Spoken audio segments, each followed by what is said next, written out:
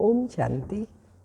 29/1/2025 के साकार अनमोल धारणा युक्त ईश्वरीय महावाक्य हैं। मीठे बच्चे, तुम्हें अपने योग बल से ही विकर्म विनाश कर पावन दुनिया बनानी है। यही तुम्हारी सेवा है। क्वेश्चन: देवी देवता धर्म की कौन सी विशेषता गाई हुई है? आंसर: देवी देवता धर्म ही बहुत सुख देने वाला है। वहाँ दुख का नामो निशान नहीं। तुम बच्चे 3-4 सुख पाते हो। अगर आधा सुख आधा दुख हो तो मजा भी ना आए। ओम शांति। भगवानो वाच्य। भगवान ने ही समझाया है कि कोई मनुष्य को भगवान नहीं कहा जा सकता। देवताओं को भी भगवान नहीं कहा जाता। भगवान तो निराकार है, उनका कोई भी साकारी व आकारी रूप नहीं। सूक्ष्म वतन वासियों का भी सूक्ष्म आकार है, इसलिए उनको कहा जाता है सूक्ष्म वतन। यहाँ साकारी मनुष्य तन है, इसलिए इसको स्थूल वतन कहा जाता है।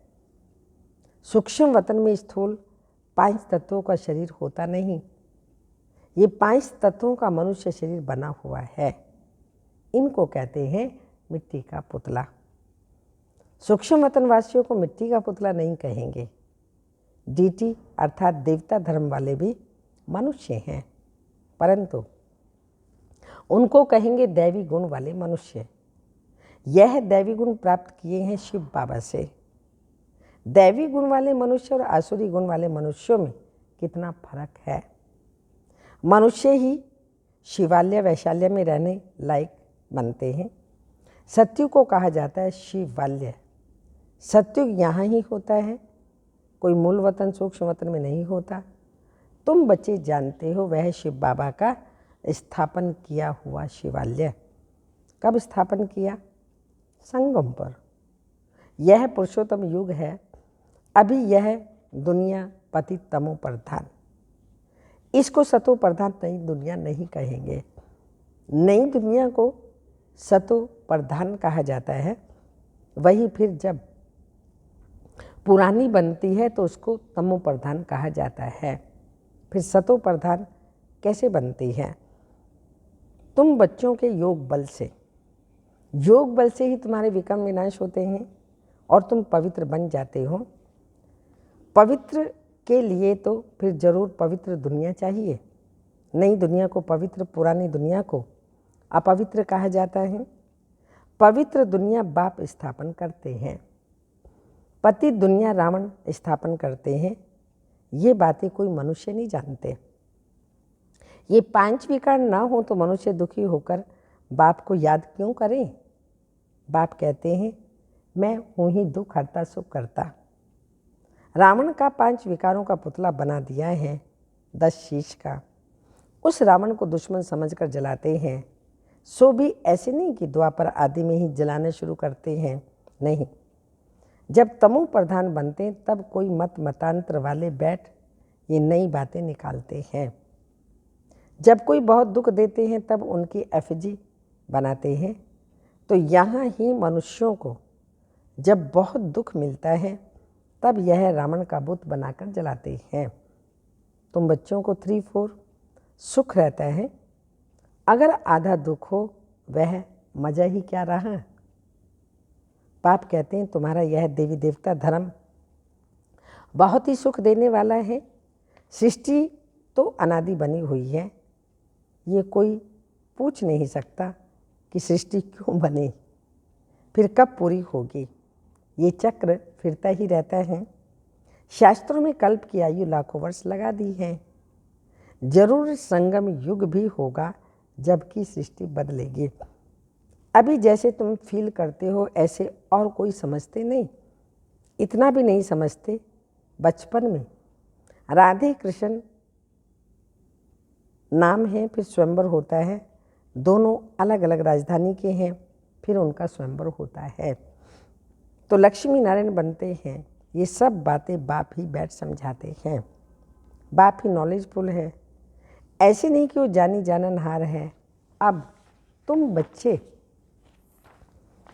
समझते हो बाप तो आकर के नॉलेज देते हैं। नॉलेज पाठशाला में मिलती है। पाठशाला में एम ऑब्जेक्ट तो ज़रूर होनी चाहिए ना। अभी तुम पढ़ रहे हो छी छी दुनिया में राज्य नहीं कर सकते। राज्य करेंगे गुलगुल दुनिया में। राज्यों कोई सतयुग में थोड़ी सिखलाएंगे। सतयुग संगम युग पर ही बाप आकर राज्यों सिखलाते हैं। ये बेहद की बात है। बाप कब आते हैं किसी को भी पता नहीं है। घोर अंधियारा है ना। ज्ञान सूर्य नाम से जापान में वो लोग अपने को सूर्यवंशी कहलाते हैं। वास्तव में सूर्यवंशी तो देवताएं ठहरे। सूर्य वंशियों का राज्य सतयुग में था।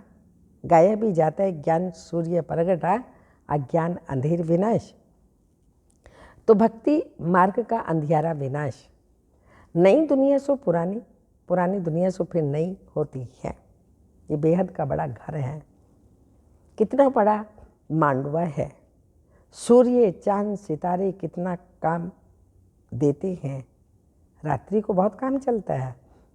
ऐसे भी कई राजा लोग हैं जो दिन में सो जाते हैं, रात को अपनी सभा आदि लगाते हैं, खरीदारी करते हैं। ये अभी तक भी कहाँ कहाँ चलता है। मेल्स आदि भी जैसे रात को चलती हैं। यह है हद के दिन और रात। वह है बेहद की बात।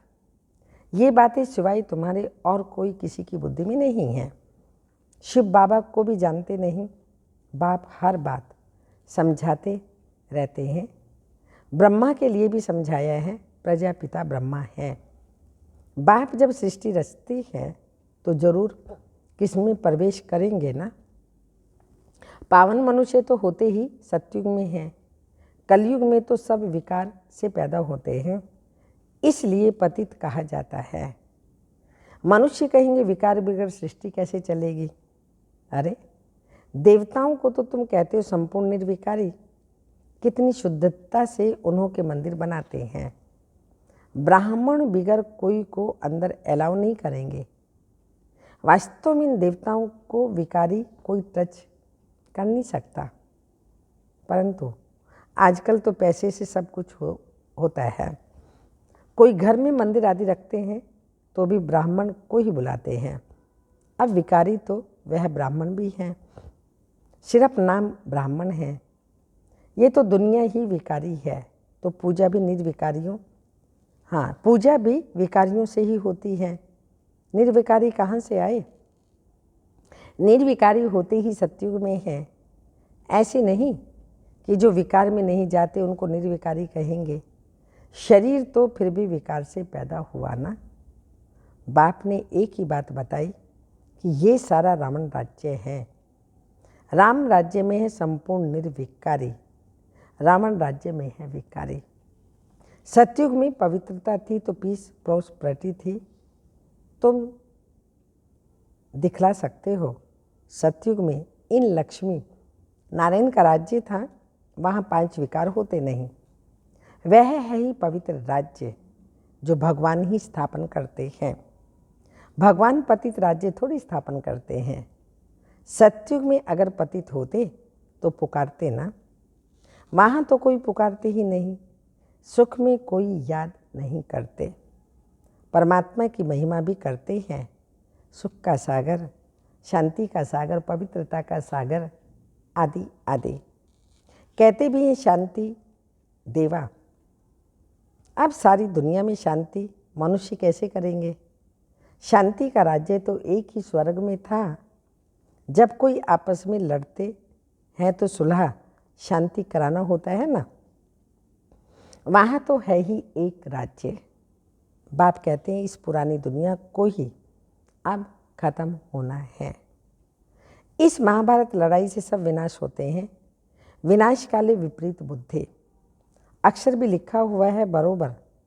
पांडव तो तुम ही हो ना। तुम हो रूहानी पंडे। सबको मुक्ति धाम का रास्ता बताते हो। वह है आत्माओं का घर शांति धाम। यह है दुख धाम।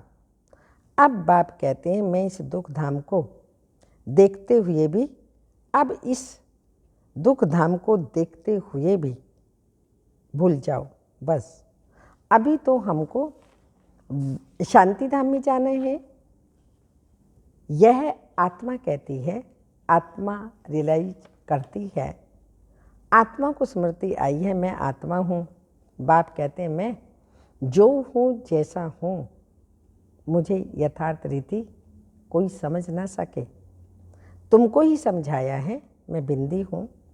तुम्हें यह घड़ी घड़ी बुद्धि में रहना चाहिए कि हमने 84 का चक्र कैसे लगाया। इसमें बाप भी याद आएगा, घर भी याद आएगा, चक्र भी याद आएगा।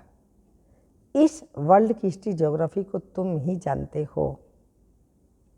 कितने खंड हैं, कितनी लड़ाई आदि लगी। सतयुग में लड़ाई आदि की बात ही नहीं। कहाँ राम राज्य, कहाँ रावण राज्य। बाप कहते हैं अभी तुम जैसे कि ईश्वरीय राज्य में हो, क्योंकि ईश्वरीय पालना में पल रहे हैं। ईश्वर टीचर बन के पढ़ाता है, ईश्वर ही सतगुरु है, सर्व संबंधी है। तो जैसे ईश्वरीय राज्य में हो, क्योंकि ईश्वर यहाँ आया है राज्य स्थापन करने। ईश्वर खुद तो राज्य करते नहीं, खुद राजाई लेते नहीं, निष्काम सेवा करते हैं। ऊंचते ऊंच भगवान सब आत्माओं का बाप है। बाबा कहने से एकदम खुशी का पारा चढ़ना चाहिए। अतीन्द्रिय सुख तुम्हारी अंतिम अवस्था का गायब हुए हैं। जब इम्तिहान के दिन नज़दीक आते हैं उस समय सब साक्षात्कार होते हैं। अतीन्द्रिय सुख भी बच्चों को नंबरवार है। कोई तो बाप की याद में बड़ी खुशी में रहते हैं। तुम बच्चों को सारा दिन यही फीलिंग रहे, ओहो बाबा आपने हमें क्या से क्या बना दिया, आपसे हमें कितना न सुख मिलता है, आदि आदि बाप को याद करते प्रेम के आंसू आ जाते हैं। कमाल है, आप आकर के हमको दुखों से छुड़ाते हो। विशेष सागर से खीर सागर में ले जाते हो।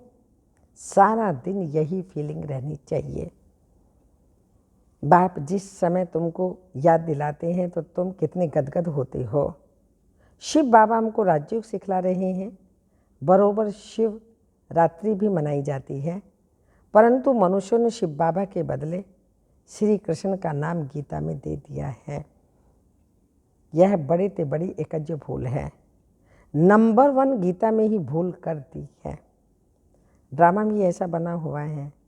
तो बाप आकर यह भूल बताते हैं कि पतित पावन मैं ही होना व श्री कृष्ण। तुमको मैंने राजयोग सिखलाए, मनुष्य से देवता बनाया। गायन भी मेरा है ना। अकाल मूरत अजोनी आदि आदि श्री कृष्ण की ये महिमा थोड़ी कर सकते हैं। वह तो पुनर्जन्म में आने वाला है। तुम बच्चों में भी नंबरवार हैं जिनकी बुद्धि में ये सब बातें रहती हैं। ज्ञान के साथ चलन भी अच्छी चाहिए। माया भी कोई कम नहीं है।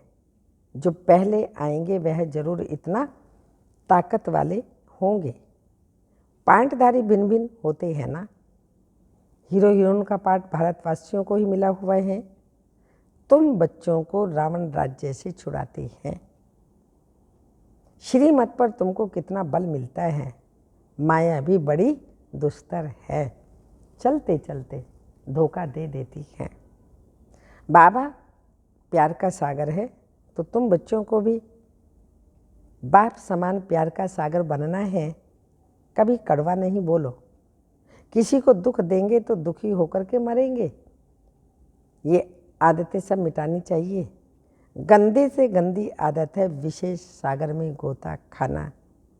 बाप भी कहते हैं काम महाशत्रु हैं। कितनी बच्चियां मार खाती हैं। कोई तो बच्ची को कह देते हैं भल पवित्र बनो। अरे पहले खुद तो पवित्र बनो। बच्ची दे दी खर्चे आदि के बोझ से और ही छूटा, क्योंकि समझती है पता नहीं इनकी तकदीर में क्या है। घर भी कोई सुखी मिले या ना मिले, ससुराल घर सुखी मिले ना मिले। आजकल खर्चा भी बहुत लगता है। गरीब लोग तो झट दे देते हैं, कोई को फिर मोह रहता है। आगे एक भिलनी आती थी, उनको ज्ञान में आने नहीं दिया क्योंकि जादू का डर था। भगवान को जादूगर भी कहते हैं ना। रहम दिल भी भगवान को ही कहेंगे, श्री कृष्ण को थोड़ी कहेंगे। रहम दिल वह जो बेरहमी से छुड़ाए, बेरहम है रावण। पहले पहले ज्ञान, ज्ञान भक्ति फिर है वैराग्य।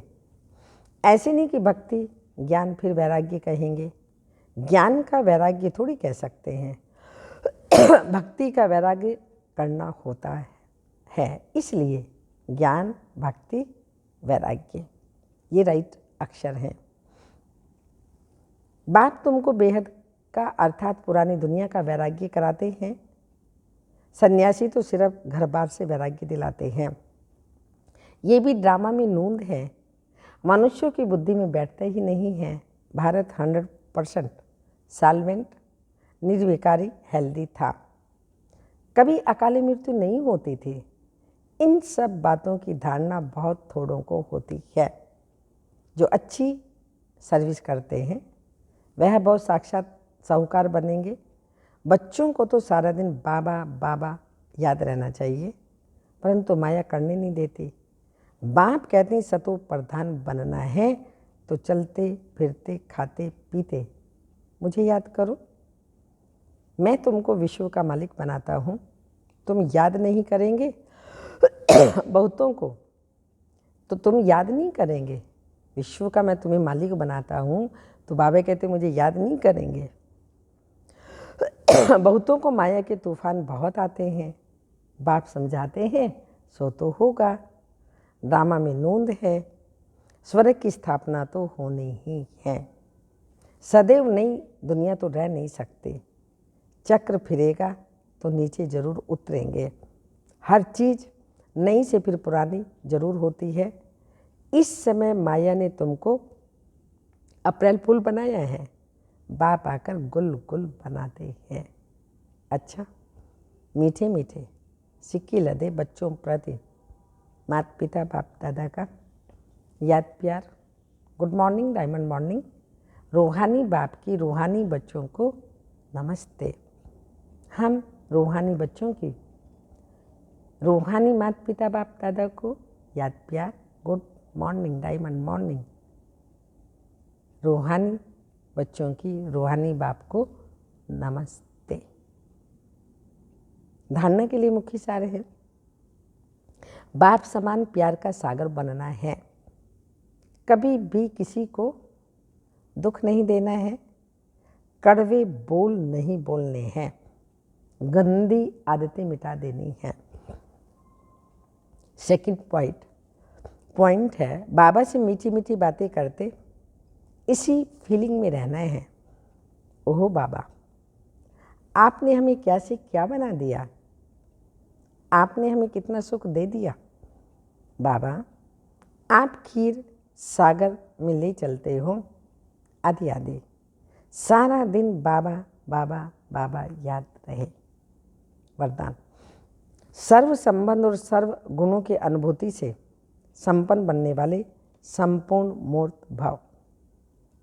स्पष्टीकरण, संगम युग पर विशेष सर्व प्राप्तियों में स्वयं को संपन्न बनाना है, इसलिए सर्व खजाने, सर्व संबंध, सर्व गुण और कर्तव्य को सामने रख चेक करो कि सर्व बातों में अनुभवी बने हैं। यदि किसी भी बात के अनुभव की कमी है तो उसमें स्वयं, किसी भी बात में अनुभव की कमी है तो उसमें स्वयं को संपन्न बनाओ। बस एक भी संबंध व गुण की कमी है तो संपूर्ण स्टेज व संपूर्ण मूर्त नहीं कहेंगे। इसलिए बाप के गुणों व अपने आदि स्वरूप के गुणों का अनुभव करो, तब संपूर्ण बनेंगे।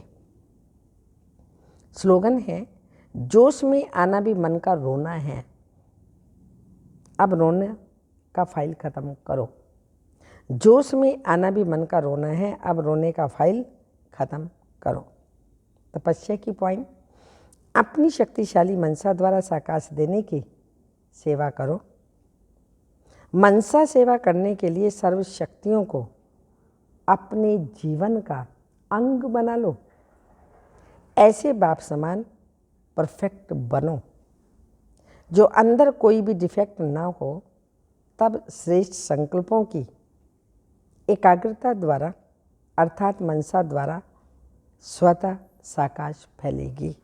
मनसा द्वारा स्वतः साकाश फैलेगी। ओम शांति।